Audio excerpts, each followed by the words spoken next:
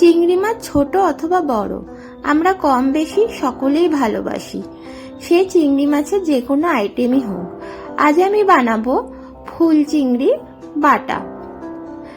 প্রথমে আমি কড়াই নিয়ে নিয়েছি এবং কড়াইয়ে পরিমাণ মতো সর্ষের তেল দিয়ে দিতে হবে।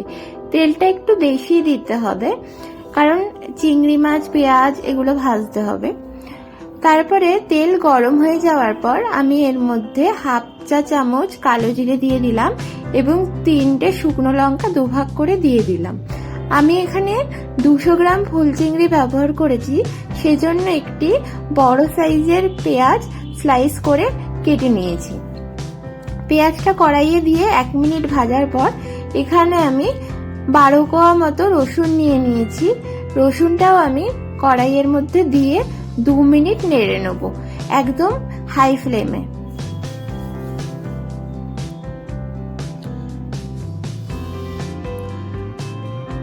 দু মিনিট ভেজে নেওয়ার পর ধুয়ে রাখা ফুল চিংড়ি কড়াইয়ের মধ্যে দিয়ে দিতে হবে। গ্যাসের ফ্লেমটা আপনারা হাই রাখবেন। তারপর পরিমাণ মতো নুন এবং হলুদ দিয়ে ভালোভাবে মিশিয়ে নিতে হবে।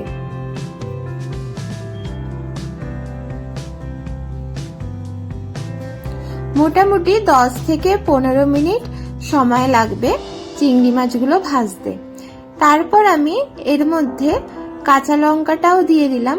কাঁচা লঙ্কাটা দিতে হবে যখন চিংড়ি মাছটা প্রায় ভাজা হয়ে আসবে তখন, যাতে কাঁচা লঙ্কাগুলো ভাজা একদম না হয়ে যায়, হালকা মজে যাবে সেরকম ভাবে দিতে হবে।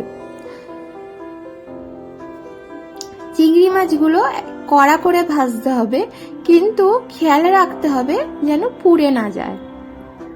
এখানে শুকনো লঙ্কা এবং কাঁচা লঙ্কাটা ব্যালেন্স করে দিতে হবে, আপনারা যে যেরকম ঝাল খাবেন সেই বুঝে।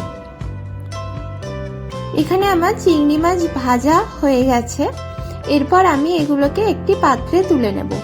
আমি মিক্সার গ্রাইন্ডার ব্যবহার করেছি বাটার জন্য, আপনারা চাইলে শিলেও বাটতে পারেন। এরপর আমি বেটে একটি পাত্রের মধ্যে চিংড়ি মাছ বাটাটা নামিয়ে নেব। গরম গরম ভাতের সাথে খুব ভালো লাগবে খেতে। আপনারা অবশ্যই একবার বানিয়ে দেখবেন কেমন লাগে। যদি ভালো লাগে আমাকে জানাবেন। এরপর আমি এর মধ্যে বড় চামচের 1 চামচ সরষের তেল মিশিয়ে ভালোভাবে মিশিয়ে নেব। তারপর গরম গরম ভাতের সাথে পরিবেশন করব। যদি আপনাদের ভালো লাগে তাহলে অবশ্যই জানাবেন, আর ভালো লাগলে একটি লাইক, কমেন্ট এবং শেয়ার করবেন। দেখা হবে পরের একটি ভিডিওতে। ততদিন সবাই ভালো থাকবেন।